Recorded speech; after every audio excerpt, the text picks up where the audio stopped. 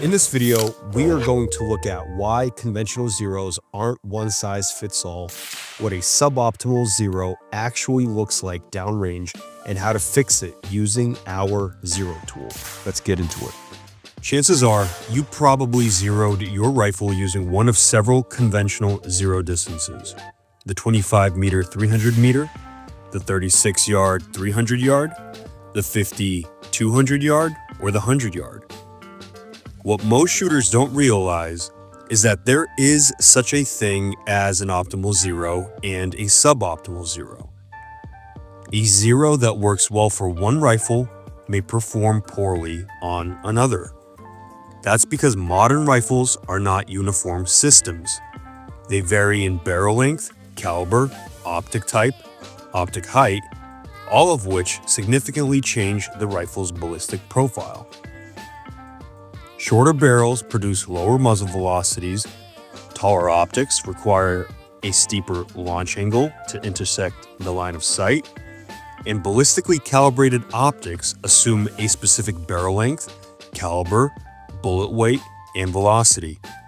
When those assumptions change, the trajectory relationship between the rifle and the optic changes with it. Most conventional zeros were developed around rifles that look very different from what many shooters run today. That doesn't mean a conventional zero can't still be optimal for a modern rifle. It simply means that conventional zeros are not one-size-fits-all solutions, because modern rifle setups often operate under completely different ballistic conditions than the rifles those conventional zeros were originally designed around. The gap between conventional rifles like the M16 and modern unconventional rifles like the Mark 18 becomes even more exaggerated with taller optics such as the 193 or 226. These optic heights sit well above traditional sight heights, like the 142 absolute co-witness or the 157 lower third co-witness, which most traditional zeroing methods like the 25 meter 300 meter or the 36 yard 300 yard zero were designed around. To illustrate this, let's take a look at a couple of practical examples of what happens when you apply a conventional zero to an unconventional rifle system. For this demonstration, we're going to run a 10.5-inch barrel with a single red dot reticle on a 226 riser, giving us a total height over bore of 3.475 inches. We'll be shooting 55 grain 5.56 with an average muzzle velocity of 2,700 feet per second, aimed at a 6-inch vital zone. Using a 25 meter zero with this particular setup, let's see what happens to point of impact relative to point of aim at varying distances. We're using a 6-inch vital zone for reference. And since the USPSA head box is roughly 6 by 6 inches, I want to know how precisely I need to hold to keep impacts within that zone. As a shooter, I want the tightest holdover reference possible to maximize my point blank range. At 50 yards, aiming center mass, our point of impact is 2.61 inches high.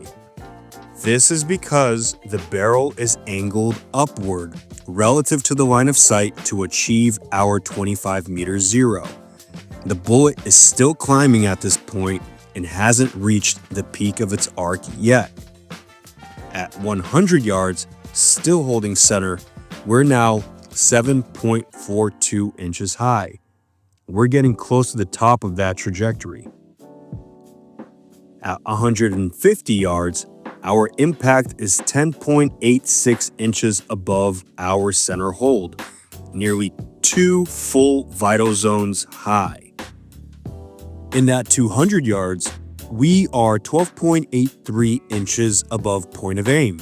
At this distance, a center mass hold means your round is impacting nearly a foot high, completely outside any reasonable vital zone without a compensated hold.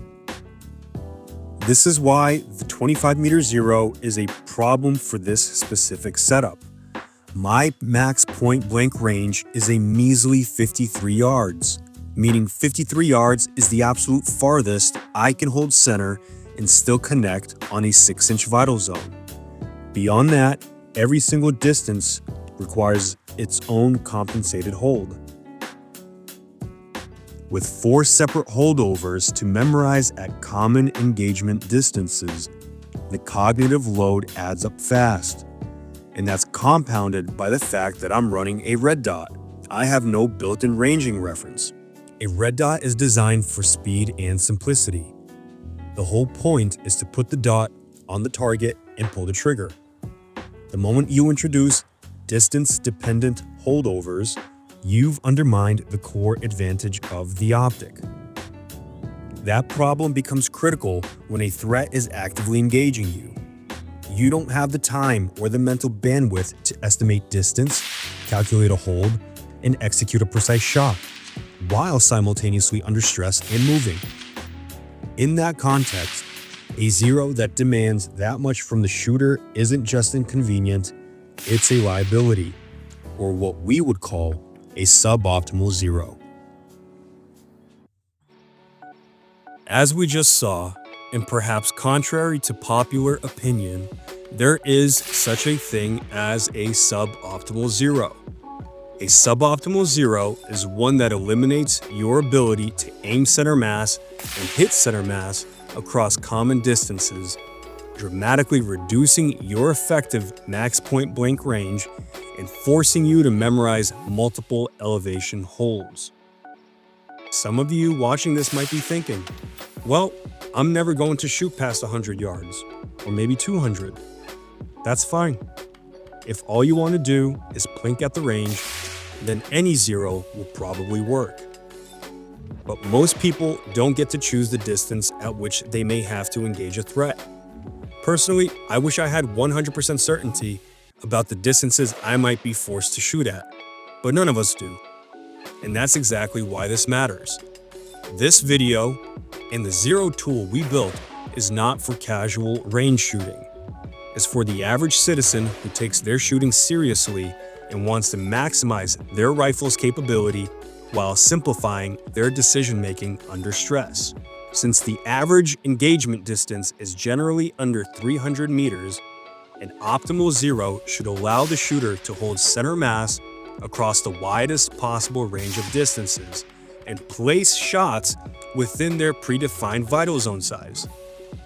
By applying an optimal zero to your specific rifle setup, you get the flattest, practical trajectory across your likely engagement distances, reducing unnecessary holds, minimizing mental calculation, increasing effective max point blank range, and maximizing the capability of both you and the rifle.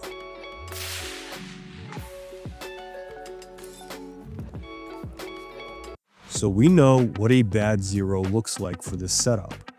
Now the real question, what's the right one?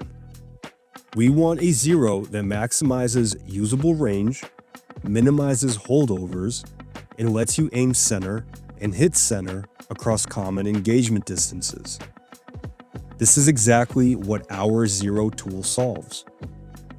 It looks at your specific setup and recommends an optimal zero by automatically selecting the best zeroing strategy based on one thing, your optic.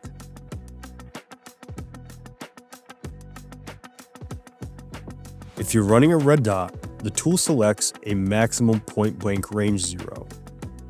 This is the ideal approach for red dots because they give you no ranging reference and no drop compensation. The only logical solution is to maximize the distance where a center hold simply works. MPBR is simple. Zero the rifle so the bullet never rises above or drops below your vital zone from the muzzle out to the farthest possible distance. Inside that window, aim center, hit center. No holds, no math, no memorization. If you're running a reference reticle like a BDC, MOA, or mil type reticle, the tool applies a precision-driven known distance zero instead. These optics are built around unique ballistic calibrations with holdover references, so we'll use them. The tool identifies the zero distance that best aligns your reticle's drop references with your actual bullet trajectory. When the reticle matches your ballistics, every hash mark becomes a usable aiming point at a known distance. The tool also calculates your max point blank range for that configuration, so you always know where your center hold stays valid before you need to start using those references. The tool also maps the actual trajectory of your setup to the reticle's reference marks if you happen to be running a ballistically calibrated optic on a rifle that does not match the reticle's original calibration.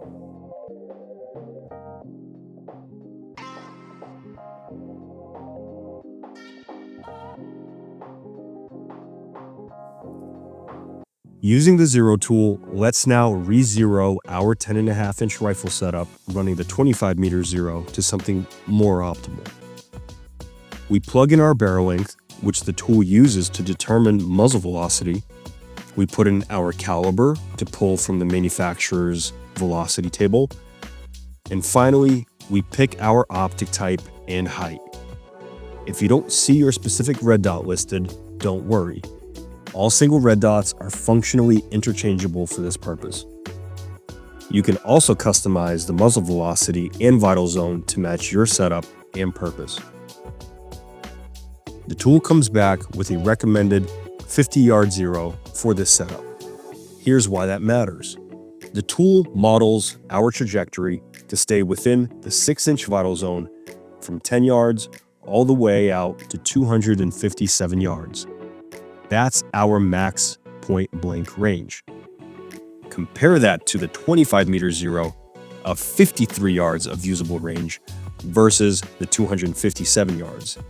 That's nearly 5 times the effective no holdover distance just by changing where we zero. Looking at the engagement data, the picture gets even clearer. At 100 yards, we are 2.1 inches high, still well inside the vital zone with a 99% hit probability. At 150 yards, we are 2.6 inches high at 90%. At 200 yards, we're back to 1.2 inches high and at 99% hit probability. At 250 yards, we are 2.3 inches low with a 90% hit probability on a 6-inch vital zone. Center hold, no math, no memorization, all the way out to 257 yards. I have personally tested this on the range with this exact rifle setup and can confirm that the data is true.